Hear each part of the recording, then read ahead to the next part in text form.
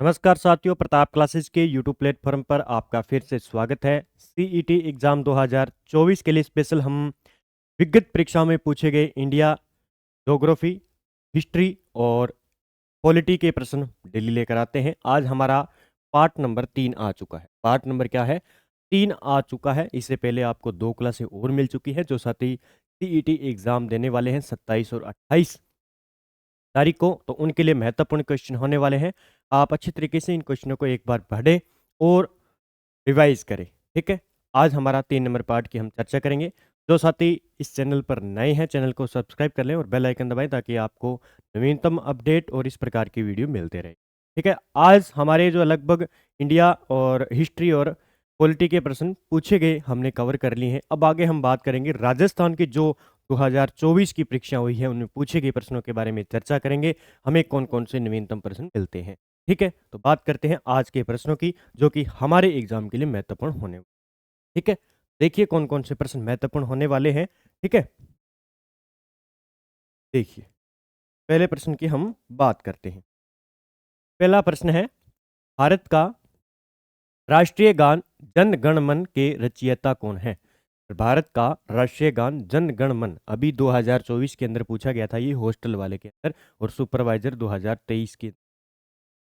ठीक है, और 24-23 रविंद्रनाथ टैगोर के द्वारा ये रचिया गया है जन गण मन। ठीक है, याद रखना है, याद रखना है, एग्जाम में बहुत बार पूछा जाता है कि भारत का राष्ट्रीय गान जन गण मन के रचयिता कौन है?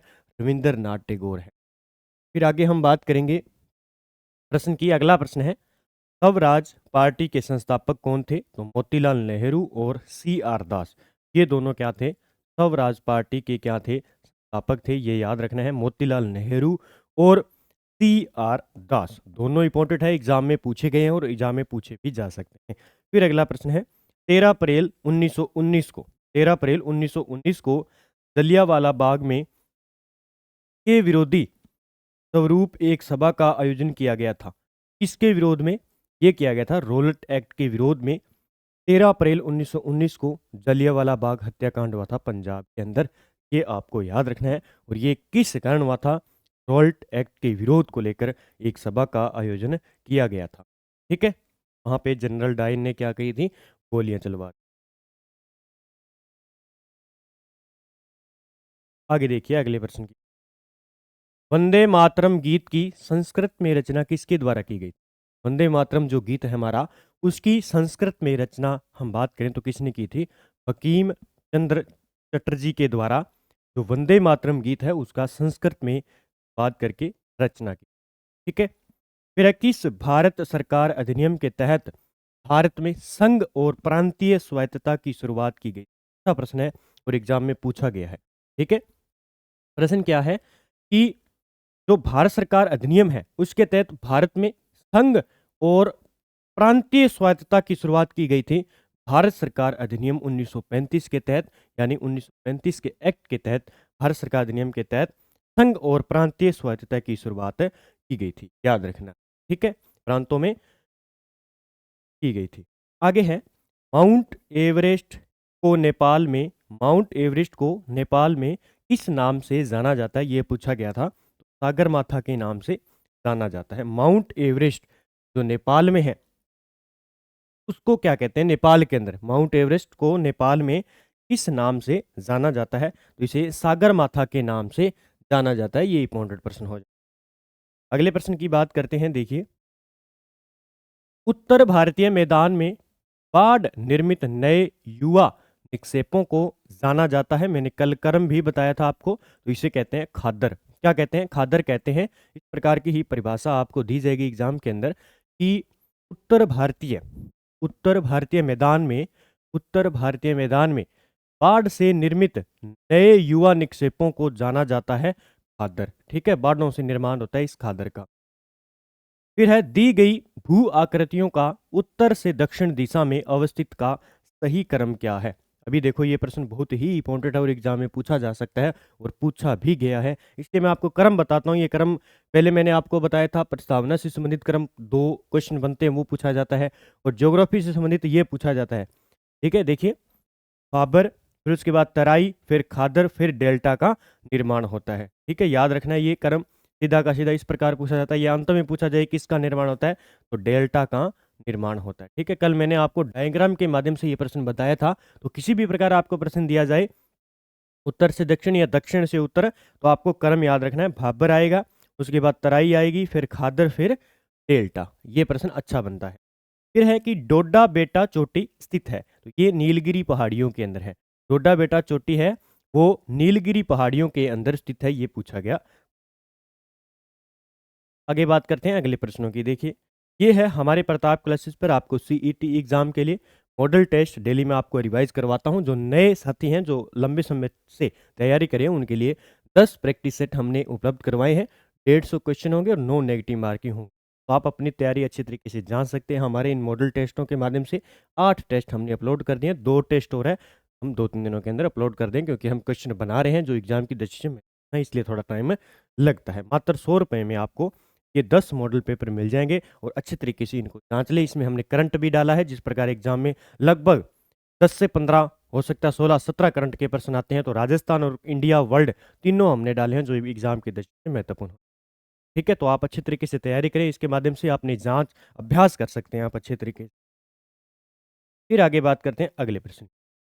भाखड़ा नागल, ठीक है, एक बांध है, और हीराकुंड और कोसी परियोजनाएं क्रमशः किस नदियों पर स्थित है? तीनों, एक तो भाखड़ा नागल परियोजना, हीराकुंड और कोसी परियोजना, ये किस नदियों के ऊपर स्थित है? तो ये सतलज, महानदी और कोसी।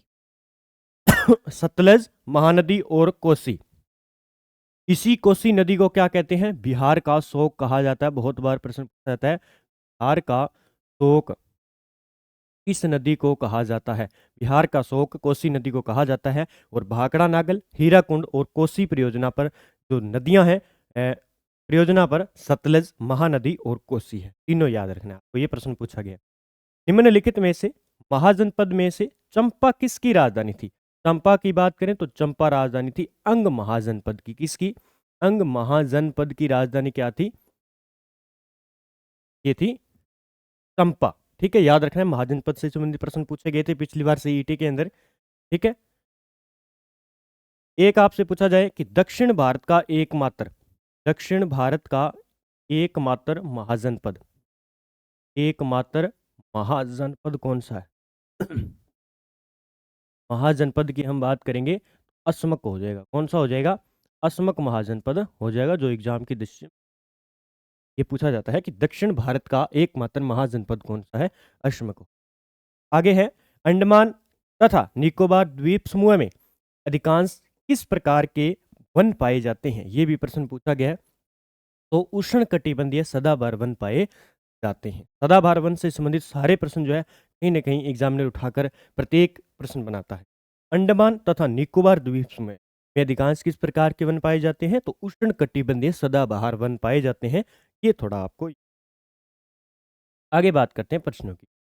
भारत वन स्थिति रिपोर्ट 2021 के अनुसार भारत के किस राज्य में इसके भौगोलिक क्षेत्रफल का सर्वाधिक प्रतिशत वन आवरण है? तो ये याद रखना, मिजोरम का है। तो ये रिपोर्ट है 2021 की, ये प्रश्न पूछा गया था, हो सकता है दोबारा रिपीट कर दे। तो ये मिजोरम की बात करें तो क्षेत्रफल, भौगोलिक क्षेत्रफल का सर्वाधिक प्रतिशत के अंदर वन आवरण किसके अंदर है? वन रिपोर्ट 2021 के अनुसार मिजोरम राज्य के अंदर। फिर हम बात करेंगे अगला प्रश्न। निम्नलिखित राज्यों में किस एक में नामचिक, नामफूक कोयला क्षेत्र स्थित है? अभी 2024 में पूछा गया था ये, 2024 का प्रश्न है ये। देखो, नया प्रश्न है। देखो, नामचिक नामफूक कोयला क्षेत्र है, ये कहाँ पे है? ये अरुणाचल प्रदेश के अंदर। कहाँ पे है? अरुणाचल प्रदेश के अंदर। इस प्रकार के प्रश्न हमें पढ़ने पड़ेंगे, क्योंकि जो नए पूछे गए हैं वो वापस रिपीट होंगे दोबारा। इसी प्रकार हम जो राजस्थान के प्रश्न पूछे गए उनको रिपीट करेंगे, पता करेंगे कॉलेज लेक्चरर में क्या प्रश्न पूछे गए थे, एलडीसी का एग्जाम हुआ था उसमें क्या प्रश्न पूछे गए थे, और अन्य जो 2024 के अंदर जैसे महिला सुपरवाइजर का एग्जाम हुआ था और संगणक का एग्जाम हुआ था, तो वो जहाँ पे प्रश्न पूछे गए थे हमें देखते हैं कि नया प्रश्न कौन सा जो एग्जाम में आगे रिपीट हो सकता है। ठीक है, तो ये याद रखना है। नामचिक नामफूक कोयला क्षेत्र कहाँ पे है? अरुणाचल प्रदेश में। वह प्रक्रिया क्या कहलाती है जिसके अंतर्गत भूपृष्ठ के निकट खनिजों का खनन किया जाता है? तो उस प्रक्रिया को कहते हैं उत्खनन। उत्खनन कहते हैं, या कहते हैं इसे क्वारिंग, क्वायरिंग कहते हैं। ठीक है, वह प्रक्रिया क्या कहलाती है जिसके अंतर्गत भूपृष्ठ के निकट खनिजों का खनन किया जाता है तो उसे कहते हैं उत्खनन कहते हैं। ये पूछा गया था राजस्थान पुलिस के अंदर, ये परिभाषा पूछी। ठीक है, आगे बात करते हैं अगले प्रश्नों की। भारत में सेल चित्रों की खोज प्रथम किसके द्वारा की गई थी? जो सेल चित्र थे उसकी खोज सर्वप्रथम किसके द्वारा की गई थी? इंपॉर्टेंट प्रश्न है ये।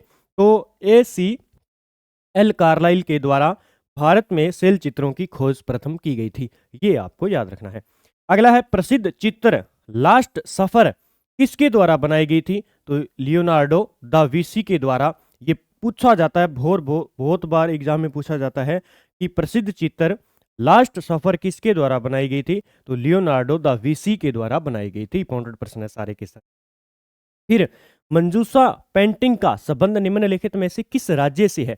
तो बिहार राज्य से है। मंजूषा पेंटिंग का संबंध बिहार राज्य से, ये आपको याद रखना है। फिर हम बात करेंगे राज्यसभा में राष्ट्रपति कितने सदस्यों को मनोनीत कर सकता है? तो 12 सदस्य, ये पूछा गया प्रश्न है कि राज्यसभा में राष्ट्रपति कितने सदस्यों को मनोनीत कर सकता है? तो 12 सदस्यों को मनोनीत। ठीक है, आगे बात करते हैं। अनुच्छेद 124 के अधीन राष्ट्रपति अपनी किस शक्ति का प्रयोग करता है? देखिए, अनुच्छेद 124 की बात कर रहे हैं और उसमें पूछा है कि उसने कि राष्ट्रपति अपनी किस शक्ति का प्रयोग करता है? ये करता है उच्चतम न्यायालय के न्यायाधीशों की नियुक्ति करता है। 124 के अंदर अनुच्छेद याद रखना है। हो सकता है सीधा का सीधा इसी प्रकार प्रश्न आपसे पूछा जाए कि अनुच्छेद 124 का संबंध किससे है? तो उच्चतम न्यायालय के न्यायाधीशों की नियुक्ति कौन करता है? राष्ट्रपति करता है। फिर है ग्रामीण क्षेत्र के सभी वयस्क नागरिकों के समूह को कहा जाता है।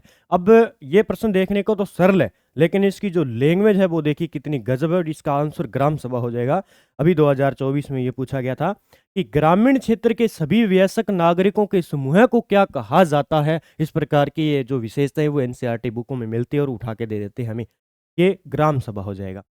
फिर 22 नंबर, निम्नलिखित में से कौन ग्रामीण स्थानीय स्व निकाय, राज्य सरकार और पंचायत समिति के बीच सहयोजक श्रृंखला की भूमिका निभाता है? अच्छा प्रश्न है ये। देखिए, जिला परिषद, ये 2024 में पूछा गया। पंचायती राज से संबंधित जो भी प्रश्न पूछे गए हैं मैंने 2 वीडियो में पहले करवा दिए और ये 2 आज करवा दूंगा। तो याद रखना है, एक तो ग्रामीण स्थानीय स्व निकाय है, इसमें राज्य सरकार आ जाएगी, और पंचायत समिति किनका जो योजक का काम करती है तो वो जिला परिषद करती है इसके बीच। ठीक है, याद रखें इन तीनों का। आगे बात करते हैं अगले प्रश्नों की। निम्नलिखित में से कौन सा पंचायत समिति का कार्य है? ये प्रश्न पूछा गया था। प्रश्न तो ये पूछा गया था कि ऑप्शन दिए गए थे 4 कि निम्न में से पंचायत समिति का निम्न में से कार्य नहीं है, ये पूछा गया था। लेकिन जो मैं कार्य है वो लेकर आया हूं ताकि आगामी एग्जाम की तरफ से कैसे भी प्रश्न है आप अच्छी तरीके से कर सकते हो। तो पंचायत समिति के कार्यों में सूक्ष्म सिंचाई पेयजल, एक तो ये याद रखना है, भूमि सुधार व मृदा संरक्षण, सांख्यिकी, आपदा सहायता, सहकारिता एवं पुस्तकालय कार्य शामिल है। याद रखने सारे के सारे ऑप्शन में डाल दिए जाएंगे। एक तो सूक्ष्म सिंचाई पेयजल, ये क्या है? पंचायत समिति का कार्य है। भूमि सुधार व मृदा संरक्षण, ये भी पंचायत समिति का कार्य है। एक सांख्यिकी, जितने भी आंकड़े हैं, आपदा सहायता, सहकारिता व पुस्तकालय एवं अन्य शामिल है। तो ये याद रखना है पंचायत समिति के प्रमुख कार्य है। चाहे आप सेकंड ग्रेड के एग्जाम की तैयारी करें तो बेस्ट एग्जाम प्रश्न बनता है। 24 नंबर, निम्नलिखित में से कौन ग्रामीण स्थानीय स्व निकाय की संस्था है? अभी देख लिए, इसने पूछा है कि ग्रामीण स्थानीय स्व निकाय की कौन कौन सी संस्थाएं। इसमें एक संस्था और दी गई थी, तो इसमें ग्राम पंचायत, जिला परिषद, पंचायत समिति, ये तीनों क्या है? ग्रामीण स्थानीय स्व निकाय की संस्था है। तो ये इंपॉर्टेंट है, 2024 में सारे के सारे पूछे गए हैं, आपके लिए इंपॉर्टेंट है। 25 नंबर, निम्नलिखित में से किसे ग्राम सभा की कार्यकारी समिति के रूप में जाना जाता है?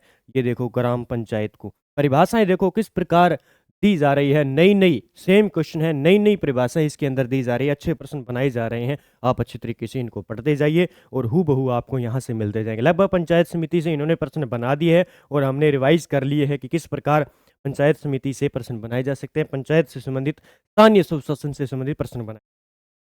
ठीक है, आगे देखिए, ग्राम सभा की किसी भी बैठक के लिए गणपूर्ति यानी कोरम होती है तो कुल संख्या जो होती है उसका कितनी 10% उपस्थिति होनी चाहिए इसकी बैठक के लिए। ये याद रखना है, कितनी गणपूर्ति है? 10% उपस्थिति कुल संख्या की। याद रखना, अच्छा प्रश्न है। संविधान के किस संशोधन के द्वारा 20 लाख से अधिक जनसंख्या वाले प्रत्येक राज्य में त्रिस्तरीय पंचायती राज प्रणाली लागू की गई थी? तो 73वां संविधान संशोधन के तहत लागू की गई थी त्रिस्तरीय पंचायती राज प्रणाली। ठीक है, अगला प्रश्न है, स्वतंत्र भारत के प्रथम मुख्य चुनाव आयुक्त कौन थे? अच्छा प्रश्न है, ये पूछा गया है। तो सुकुमार सेन क्या थे? प्रथम मुख्य चुनाव आयुक्त थे स्वतंत्र भारत के। ठीक है, तीनों प्रश्न याद रखने हैं, एक तो ये पक्का याद रखना है, हो सकता है एग्जाम में पूछा जाए।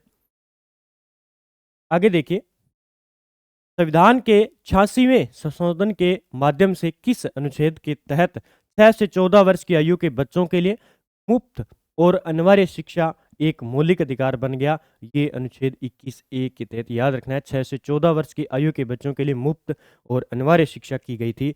ये की गई थी अनुच्छेद 21A के तहत, जो कि एग्जाम में पूछा जाता है। और संशोधन कौन सा था? याद रखना है, 86वां संशोधन था। और 6 से 14 वर्ष के आयु के बालकों के लिए स्पेशल निःशुल्क शिक्षा अनुच्छेद 21A के तहत। फिर है, समुद्रगुप्त का दरबारी कवि कौन था? हरिसेन। समुद्रगुप्त का दरबारी कवि था हरिसेन, याद रखना है आपको। भारत का कौन सा राज्य चीन, नेपाल और भूटान की सीमा को स्पर्श करता है? तो सिक्किम राज्य हो जाएगा। कौन सा हो जाएगा? सिक्किम राज्य की सीमा चीन, नेपाल और भूटान से लगती है। चीन की राजधानी बीजिंग है, नेपाल की राजधानी काठमांडू है और भूटान की राजधानी थिम्पू है और सिक्किम की राजधानी अपने गंगटोक। ठीक है, इस प्रकार का व्यवहारिक नॉलेज भी हमें बात करते चलेंगे। फिर दक्षिणी भारत की सबसे ऊंची चोटी कौन सी है? अनाईमुडी है। दक्षिण भारत की, ये पूछा जाता है बार बार कि दक्षिण भारत की सबसे ऊंची चोटी कौन सी है? अनाईमुडी की। ठीक है, और डोडा बेटा की बात की थी, वो कहाँ पे? नीलगिरी पहाड़ियों के अंदर है। ठीक है, और ये अन्नामलाई की पहाड़ियों पर स्थित है, अनाईमुडी है और दक्षिण भारत की सबसे ऊंची चोटी है। ठीक है, याद रखना है आपको। कल हमने बात की थी कि पूर्वी भारत की सबसे ऊंची चोटी कौन सी है, उसका जवाब आप कमेंट बॉक्स में दीजिए। देखिए, कल आपने रिवाइज किया था, तो इसका जवाब दीजिए कि पूर्वी भारत की सबसे ऊंची चोटी कौन सी है, कल मैंने आपको बताया था। फिर आगे देखिए, लेप्चा तथा भूटिया जनजाति का निवास क्षेत्र कहाँ पे है? तो लेप्चा और भूटिया है सिक्किम राज्य की जनजाति है। ये सिक्किम राज्य की क्या है? जनजाति है, याद रखना आपको। ठीक है, सिक्किम राज्य की जनजाति है लेप्चा और भूटिया। एक प्रश्न पक्का पूछा जाता है।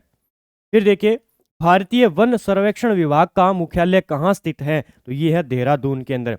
भारतीय वन सर्वेक्षण विभाग का मुख्यालय है देहरादून के अंदर, और ये देहरादून कहाँ पे है? उत्तराखंड के अंदर है, ये आपको याद रखना है। फिर है, बंगाल के सामाजिक धार्मिक सुधारों में अग्रदूत आत्मीय सभा की स्थापना किसने की थी? तो राजा राम मोहन राय जी के द्वारा आत्मीय सभा की स्थापना की गई थी। ये बहुत बार प्रश्न पूछा गया। अगला, BR अम्बेडकर, डॉक्टर भीमराव अंबेडकर का संविधान सभा में निर्वाचन हुआ था, कहां से? पश्चिम बंगाल से हुआ था, और ये प्रश्न पूछा गया। और डॉक्टर भीमराव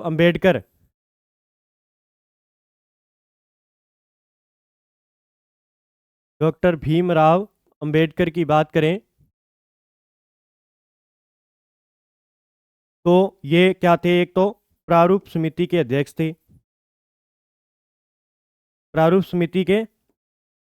थे, ठीक है, इसमें क्या थे? 7 सदस्य थे। इस प्रारूप समिति के सदस्य कितने थे? 7 सदस्य थे, जिसमें एक अध्यक्ष थे डॉक्टर भीमराव अंबेडकर। कल मैंने आपको ये 7 सदस्य याद करवाए थे, एग्जाम में प्रश्न पूछे जाते हैं। आगे बात करते हैं, देखिए, नर्तकी की कांस्य मूर्ति निम्नलिखित में से किस पुरातात्विक स्थल से प्राप्त हुई है? तो ये मोहनजोदड़ो से प्राप्त हुई है, याद रखना। अच्छा प्रश्न है कि नर्तकी की कांस्य मूर्ति कहाँ से प्राप्त हुई है? तो मोहनजोदड़ो से समाप्त हुई है। ठीक है,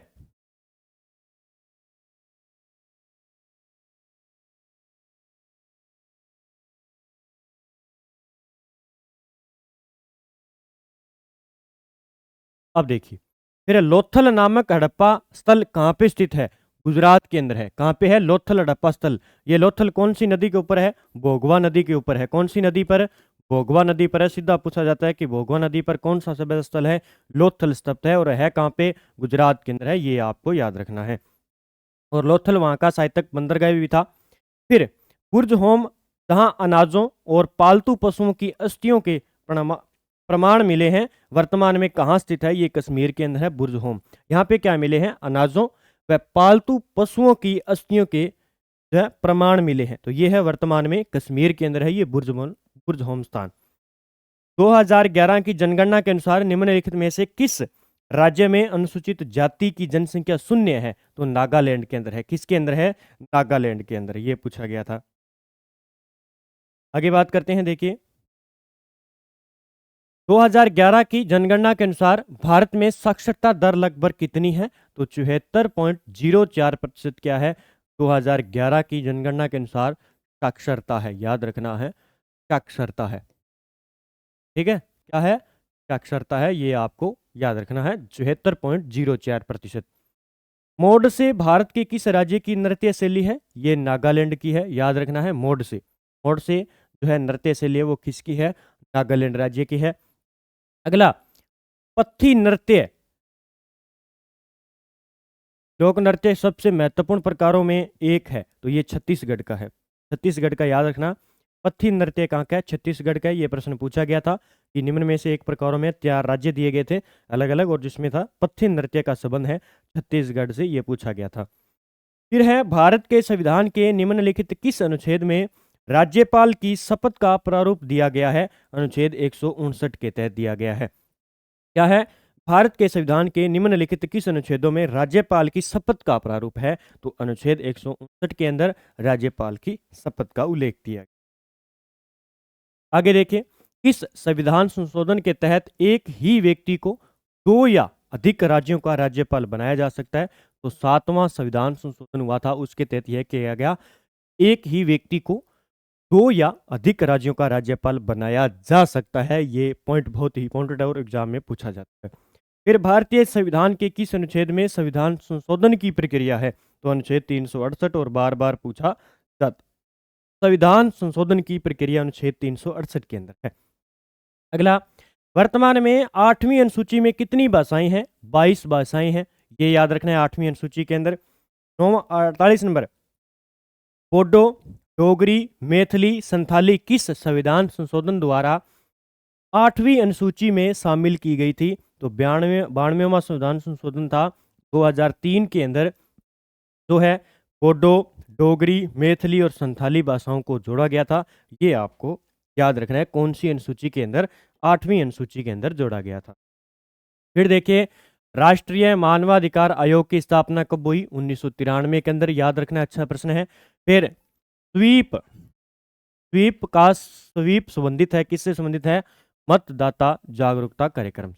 आज के जो मोस्ट 50 प्रश्न थे हमारे कंप्लीट हो चुके हैं। इसी प्रकार हम डेली आके लेकर आएंगे, और आगे जो हम बात करेंगे वो राजस्थान जीके की बात करेंगे, जो भी अभी हाल ही में 2024 के अंदर एग्जाम हुए थे, उनमें जो प्रश्न पूछे गए थे उनकी हम चर्चा करेंगे।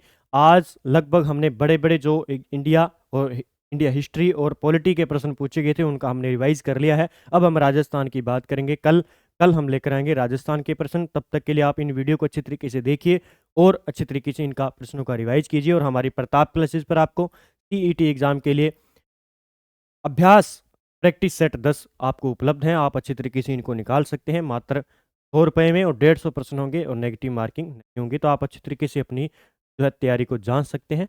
जय हिंद, जय भारत दोस्तों, मिलते हैं अगले वीडियो के।